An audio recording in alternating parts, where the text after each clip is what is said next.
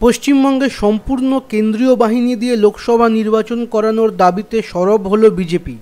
সোমবার দিল্লিতে বিজেপির কেন্দ্রীয় সদর দফতরে এক সাংবাদিক বৈঠকে একথা বললেন কৈলাস বিজয়বর্গীয়। এই দাবি নিয়ে মঙ্গলবার বিজেপির একটি প্রতিনিধি দল নির্বাচন কমিশনের সঙ্গে দেখা করবে বলেও জানান তিনি। রবিবারই 2019 লোকসভা নির্বাচনের নির্ঘণ্ট ঘোষণা করেছে কমিশন। তাতে যদিও বাহিনী মোতায়েন নিয়ে কোনো মন্তব্য করেননি মুখ্য নির্বাচন কমিশনার।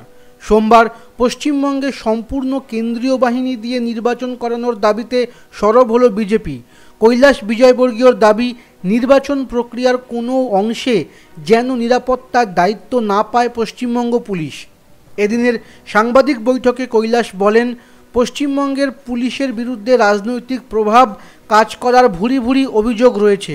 নির্বাচনেও রাজ্য পুলিশ রাজনৈতিক প্রভাবে কাজ করতে পারে। তাই আমরা নির্বাচন প্রক্রিয়া থেকে পশ্চিমবঙ্গ পুলিশকে দূরে রাখার দাবি করছি। আগামীকাল এই দাবি নিয়ে জাতীয় নির্বাচন কমিশনের সঙ্গে দেখা করবে বিজেপির এক প্রতিনিধি দল।